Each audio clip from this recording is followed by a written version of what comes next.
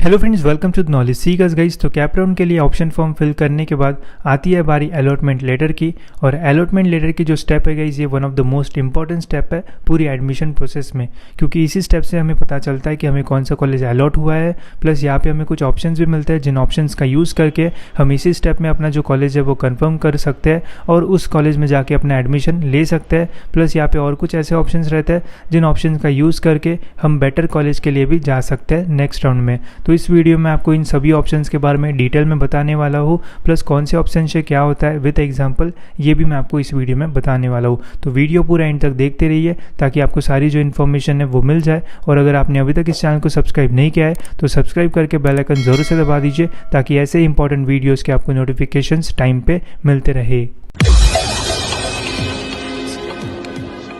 तो चलिए गाइस, देखते हैं कि अलॉटमेंट लेटर में हमें कौन से जो ऑप्शंस है वो देखने को मिलने वाले हैं। तो जिस दिन भी आपको अलॉटमेंट लेटर लगेगा उस दिन आपको ये ज़रूर से पता चल जाएगा कि आपको कॉलेज लगा है या नहीं लगा है। अगर आप एक ऐसे स्टूडेंट हो जिसे फर्स्ट राउंड में कॉलेज नहीं लगता है तो आप एलिजिबल रहोगे कैप राउंड 2 के लिए, और फिर आप कैप राउंड 2 का जो ऑप्शन फॉर्म है वो फिल कर पाओगे।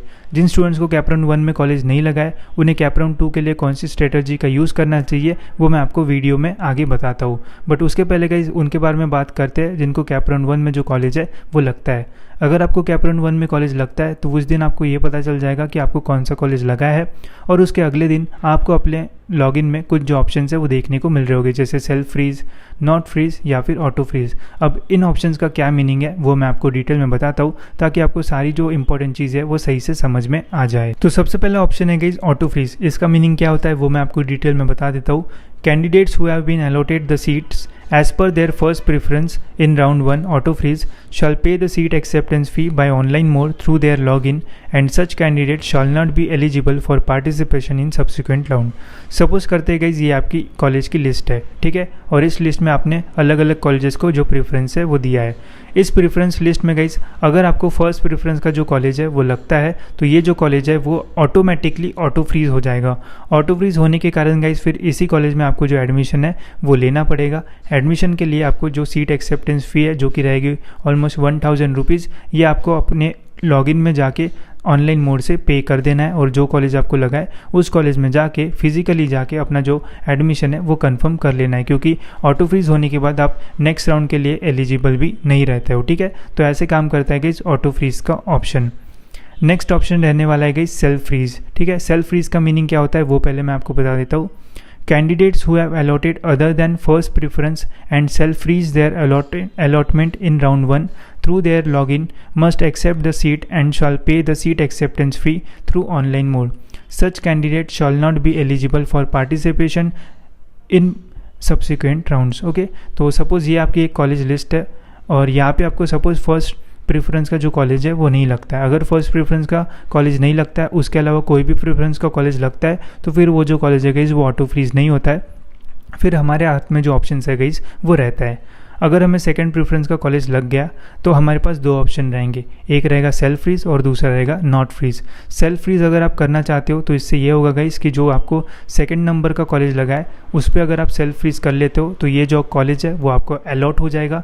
आपको सीट एक्सेप्टेंस के लिए 1000 रुपीज़ जो फीस है वो पे करना पड़ेगा, और जो भी कॉलेज आपको लगा है उस कॉलेज में जाके आपको जो एडमिशन है वो लेना पड़ेगा।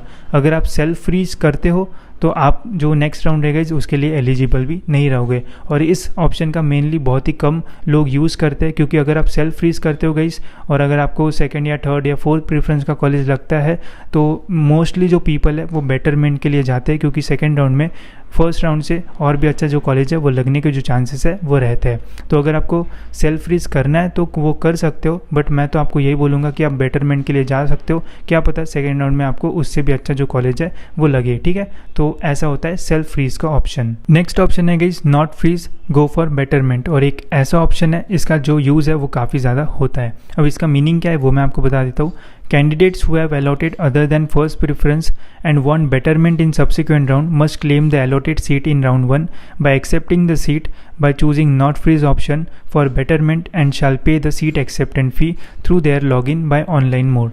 ठीक है। तो अगर आपको फर्स्ट प्रेफरेंस के अलावा कोई भी कॉलेज लगता है और अगर आप ये चाहते हो कि नहीं यार ये जो कॉलेज है वो तो अच्छा है, बट इसके अलावा भी मुझे ये भी देखना है कि क्या मुझे सेकेंड राउंड में जो कॉलेज है वो इससे भी अच्छा लग सकता है या नहीं लग सकता है, ठीक है। तो इसके लिए गाइज आप जो नॉट फ्रीज का ऑप्शन है इसका यूज़ कर सकते हो। जब आपको कॉलेज लगेगा फर्स्ट राउंड में तो तब आपको नॉट फ्रीज और सेल्फ फ्रीज का ऑप्शन मिल जाएगा। उसमें गाइज जब आप नॉट फ्रीज पे क्लिक करोगे तो फर्स्ट राउंड में जो कॉलेज आपको मिला है गाइज वो तो आपके साथ रहेगा ही, बट जब आप सेकेंड राउंड के लिए जाओगे बेटरमेंट के लिए, अगर वहाँ पे आपको कॉलेज लगता है इससे भी बेटर जो आपको फर्स्ट राउंड में लगा था तो फिर वो कॉलेज आपको मिल जाएगा। और अगर आपको सेकेंड राउंड में कोई भी कॉलेज नहीं लगता है तो फिर जो फर्स्ट राउंड में आपके पास कॉलेज था वही आपके पास रहेगा और फिर उसी में आपको जो एडमिशन है गाइज वो लेना पड़ेगा। अब इसमें गाइज ये जो ऑप्शन है ये तो बहुत बढ़िया है, बट इसमें स्टूडेंट्स जो है वो काफ़ी ज़्यादा जो मिस्टेक्स है वो कर देते हैं। अब कौन सी मिस्टेक और क्या इंपॉर्टेंट इसमें आपको ध्यान देना है वो मैं आपको बताता हूँ, तो ध्यान से सुनना, ठीक है। सपोज़ करते हैं गाइज आपको सेकंड प्रेफरेंस पे जो VGTI कॉलेज है वो लग गया है, ओके। आपके XYZ जो भी परसेंटाइल है वो होंगे, ठीक है। आपको ये जो कॉलेज है वो लग गया है। अब ये जो कॉलेज है गाइज वो अपने आप नीचे चला जाता है। जब फर्स्ट राउंड में ये कॉलेज अगर आपको लग जाता है तो ये जो कॉलेज का ऑप्शन है वो अपने आप नीचे ब्लू कलर में चले जाता है, ठीक है, और बच जाते हैं बाकी सारे ऑप्शंस। अब कुछ स्टूडेंट्स अच्छे क्लेवर होते हैं, उनको पता रहता कि यार मुझे तो ये कॉलेज लग गया है तो इसके नीचे के जितने भी कॉलेज है वो मुझे लग सकते थे, ठीक है, क्योंकि इसका कट ऑफ ज़्यादा है और इन सभी कॉलेजेस का जो कट ऑफ है वो कम है। तो अब जब आप गई सेकेंड राउंड में बेटरमेंट के लिए जा रहे हो तो कुछ स्टूडेंट्स क्या होते हैं वो इसका तो ऑप्शन डालते ही है, बट इन सभी कॉलेजेस का भी जो ऑप्शन है वो डाल देते हैं।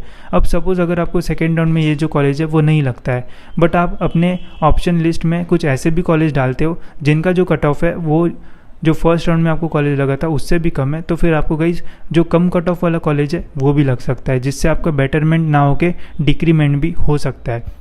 तो ध्यान रखना कि अगर आपको फर्स्ट राउंड में एक अच्छा कॉलेज लगता है तो फिर जब आप सेकेंड राउंड में ऑप्शन फॉर्म भरोगे तो उसमें ऐसे ही कॉलेजेस के नाम डालना जिनका जो कट ऑफ है वो आपको फर्स्ट राउंड में जो कॉलेज लगा है उस कॉलेज के कट ऑफ से ऊपर जा रहा हो, ठीक है, ताकि आपको बेटरमेंट हो ना कि डिक्रीमेंट हो। तो इसमें काफ़ी सारे जो स्टूडेंट्स हैं वो मिस्टेक कर देते हैं और गलती से ऐसे कॉलेजेस डाल देते हैं सेकेंड राउंड में जिनका जो कट ऑफ है वो फर्स्ट राउंड में जो कॉलेज लगा था उनसे भी कम जाता है, तो इससे उनका जो डिक्रीमेंट है वो हो जाता है और इससे गाइज उनका जो लॉस है वो हो जाता है। तो इन सारी चीज़ों के ऊपर जरूर से ध्यान देना। तो ऐसे रहते हैं गाइज आपके ये तीनों ऑप्शन। होप्स आपको ये समझ में आ गया होगा। अब हम बात करेंगे गाइज उन स्टूडेंट्स के बारे में जिनको फर्स्ट राउंड में जो कॉलेज है वो नहीं लगता है। अगर आप भी ऐसे स्टूडेंट हो जिनको फर्स्ट राउंड में कॉलेज नहीं लगता है तो आपने गाइज अपने ऑप्शन फॉर्म में कुछ जो मिस्टेक्स है वो की होगी। कुछ स्टूडेंट्स क्या करते हैं गाइज, सपोज उनको परसेंटाइल रहते हैं 90, ठीक है, और वो अपने ऑप्शन फॉर्म में कॉलेजेस डालते हैं जिनका पूरा जो कट ऑफ है वो 95 या फिर उसके भी ऊपर जाता है। अगर ऐसे कंडीशन में आपने अपना ऑप्शन फॉर्म फिल किया होगा तो आपको कॉलेज लगने के जो चांसेस रहेंगे गाइज वो 0 के बराबर रहेंगे, ठीक है। तो जब आप नेक्स्ट राउंड के लिए जाओगे और अपना ऑप्शन फॉर्म फिल करोगे तो ज़रूर से ध्यान रखना गाइज आप ऐसे कॉलेजेस डालो जिसमें कुछ कॉलेजेस ऐसे रहना चाहिए जिनका जो कट ऑफ है वो आपके परसेंटाइल से थोड़ा ऊपर रहे, कुछ कॉलेज का जो कट ऑफ है वो आपके परसेंटाइल के बिल्कुल आसपास रहे, और कुछ कॉलेजेस आप ऐसे भी डाल सकते हो जिनका जो कट ऑफ है वो आपके परसेंटाइल के एकदम पास या थोड़ा कम रहे। तो अगर आप ऐसे अपना ऑप्शन फॉर्म भरते हो गाइस तो आपको जो कॉलेज है वो लगने के जो चांसेस है वो ऑलमोस्ट 100% रहेंगे, ठीक है। क्योंकि कभी कभी क्या होता है कि अगर हम थोड़े कम परसेंटाइल कम कट ऑफ वाले कॉलेजेस डाल देते हैं और उसी राउंड में उस कॉलेज का अगर कट ऑफ बढ़ता भी है तब भी वो कॉलेज लगने के जो चांस है गाइस वो हमें रहते हैं, ठीक है। तो ऐसे अगर आप ऑप्शन फॉर्म भरोगे तो फिर आपको जो कॉलेज है गाइज वो लगने के जो चांसेस है वो ऑलमोस्ट 100% के आसपास रहेंगे। तो होप सो गाइज ये भी जो चीज़ है वो आपको समझ में आ गई होगी। अगर आपको कोई भी डाउट रहता है तो आप मुझे कमेंट सेक्शन में या फिर इंस्टाग्राम पे डायरेक्ट मैसेज कर सकते हो। मैं ज़रूर ट्राई करूँगा कि आपके सारे क्वेश्चन के जो आंसर है वो कर दूँ। और होप सो गाइज आपको ये जो वीडियो है वो इन्फॉर्मेटिव लगा होगा। और अगर आपने अभी तक इस चैनल को सब्सक्राइब नहीं किया गाइज तो सब्सक्राइब करके बेल आइकन ज़रूर से दबा दीजिए ताकि जब भी मैं वीडियो डालूँ तो आपको नोटिफिकेशन के थ्रू सारे जो अपडेट्स है वो मिल जाए।